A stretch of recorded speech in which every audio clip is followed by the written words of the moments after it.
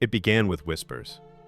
In the stone corridors of Cambridge University, 5 young men shook hands in shadowed corners, not in friendship, but in conspiracy.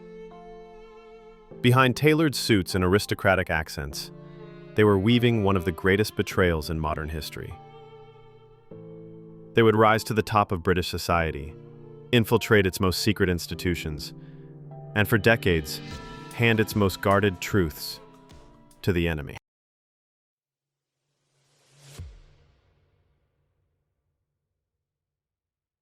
The 1930s were a time of turmoil. Fascism was tightening its grip on Europe. The Great Depression left millions disillusioned. In the libraries and lecture halls of Cambridge, revolution was in the air. Young, brilliant, idealistic, many students looked to communism not as rebellion, but salvation. Among them, 5 men were chosen, recruited not by classmates, but by Soviet intelligence. Kim Philby, the charming son of an empire loyalist already learning to lie with a smile, a master of manipulation, he viewed betrayal as a chess move. Donald McLean, brilliant and intense, hiding private chaos behind his diplomatic polish. Inside, the pressure of secrets was building. Guy Burgess, erratic, flamboyant, a man who moved through elite circles like a drunken storm, yet delivered critical secrets with deadly precision.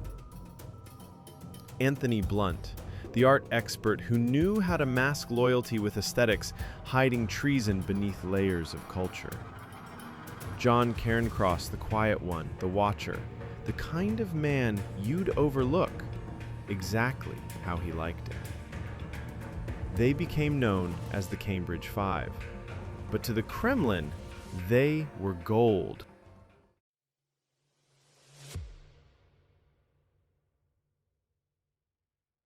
The Soviet plan was elegant, diabolical in its simplicity. While other nations guarded their secrets with suspicion, Britain offered trust to those who spoke the right way, wore the right clothes, and knew the right people. Philby charmed his way into MI6. He wasn't just a recruit, he was fast-tracked. Within years, he was briefing prime ministers and building Western spy networks he quietly fed to the Soviets. McLean joined the Foreign Office, gaining access to diplomatic cables, atomic secrets, and Allied war strategy. Every message that passed through his desk found its way to Moscow. Cairncross worked at Bletchley Park during the war, at the very heart of Britain's code-breaking efforts. He leaked decrypted Nazi communications and top-level intelligence that shaped the war. Blunt, meanwhile, ascended to MI5 and later the royal household, becoming surveyor of the king's pictures. He walked the halls of Buckingham Palace with full security clearance, while secretly coordinating drops for Soviet handlers. And Burgess, unpredictable, reckless, brilliant. He served in both the Foreign Office and MI6, but his real skill was influence, pulling strings behind the scenes, spreading chaos, and covering tracks. Together they formed a pipeline of secrets, nuclear plans, NATO defense, the names of anti-Soviet spies in Eastern Europe, many of whom would disappear forever. They didn't just spy, they shaped the Cold War from the shadows. Their paths diverged, but their stories were knotted like wire. McLean, restless and unraveling, would spill his secrets to Burgess in midnight confessionals after long nights of drink. Burgess, alarmed, would rush to Philby, demanding action. Philby, calm and composed, would weigh their fate like a general reviewing a battlefield. One man's panic became another man's problem. Blunt, ever aloof, kept himself distant from the others, but his name surfaced again and again, in coded cables, in whispered meetings. He would later claim he spied for ideology, but he too had passed names, addresses, lives. And then there was Cairncross, operating alone, no social circles, no flamboyant betrayals, just one man, typing reports and feeding a silent war. He knew what the others did not. that the greatest traitor is the one you never notice. In their own way, each of them was bound not by friendship, but by necessity. They could not break the circle without bringing it down upon themselves. Loyalty to the cause was fused with fear of exposure. Each protected the other, not out of trust, but out of shared risk.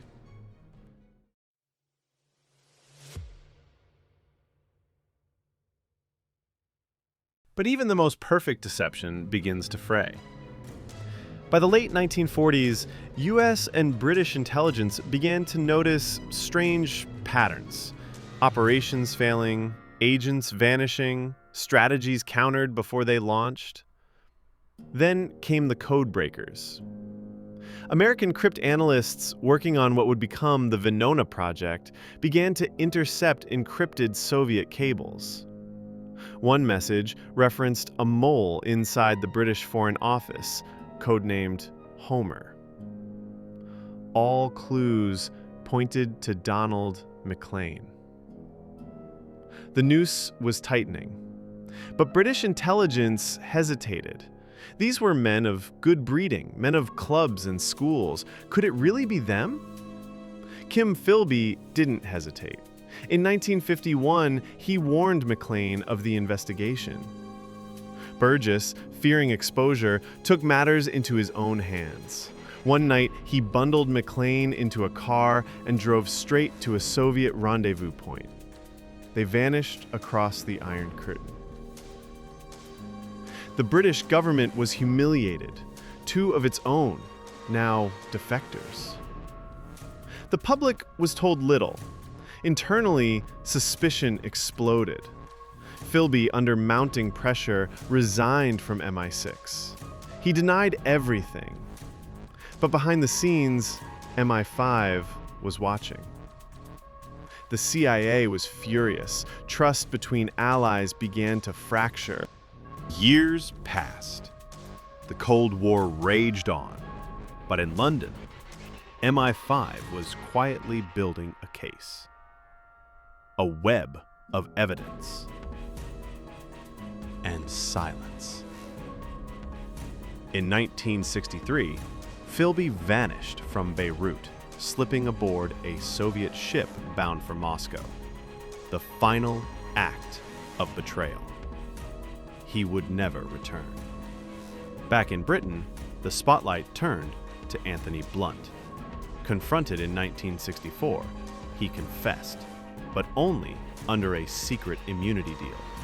The public would not know the truth for 15 more years. And Cairncross? He had quietly confessed in 1951, but was never prosecuted. His role downplayed, his danger underestimated. It wasn't until 1979 that the dam finally broke. Prime Minister Margaret Thatcher stood before Parliament and named Anthony Blunt as the fourth man in the spy ring. The scandal exploded, not just because of what he did, but because of who protected him.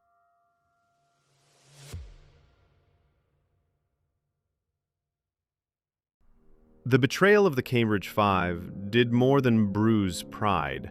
It bled the very arteries of Western intelligence. Across Europe and the Middle East, entire spy networks went dark.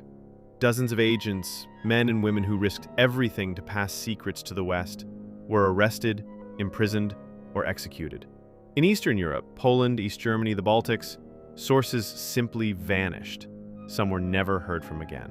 CIA operations behind the Iron Curtain became so compromised that, by the mid-1950s, many officers believed recruiting anyone was futile. How could they?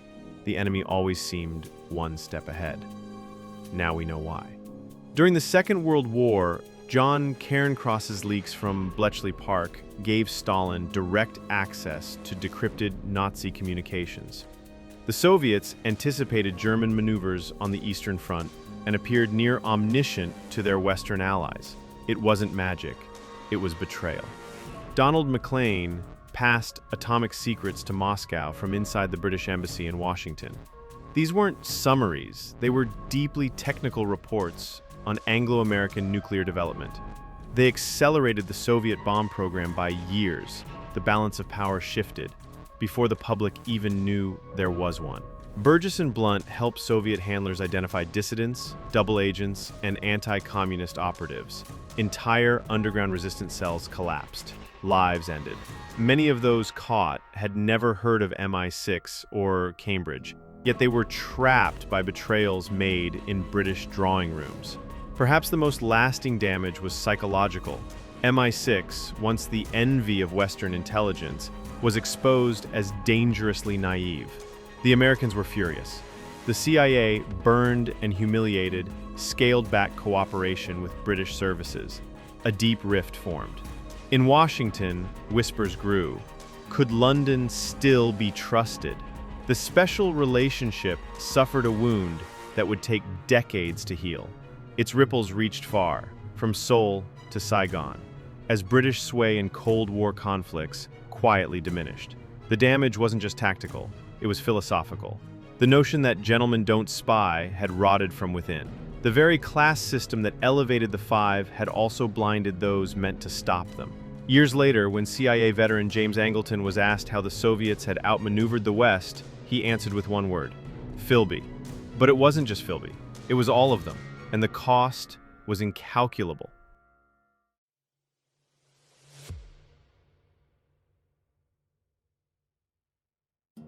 What made the Cambridge Five so effective wasn't just what they had access to. It was who they were. They moved in elite circles. They dressed the part, spoke the part, old boys from the right schools, protected by the polished armor of class. The British establishment simply couldn't imagine that men of such pedigree could be traitors. And yet, they were. Their betrayal wasn't about greed. It wasn't for gold or blackmail. It was belief. They truly thought the West was decaying, that capitalism was doomed, that only communism could build a just world. But ideals come with consequences.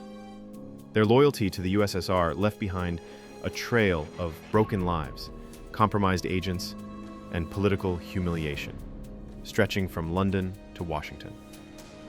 Hundreds of Soviet operations were fueled by their leaks. Trust between Western agencies collapsed. CIA-MI6 collaboration wounded for years. The full extent of the damage we may never know. How many lives were lost? How many operations dismantled? How many moments when the West was outmaneuvered, not by superior strategy, but by betrayal? And what of the Five? Philby, hidden in Moscow, under KGB protection, drunk, bitter, fading into shadows. McLean, translating technical documents, trying to make peace with the system he served.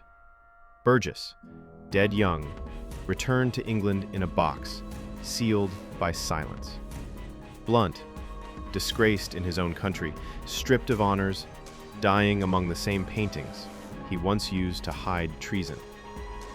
Cairncross, almost forgotten, his name barely whispered in the history books.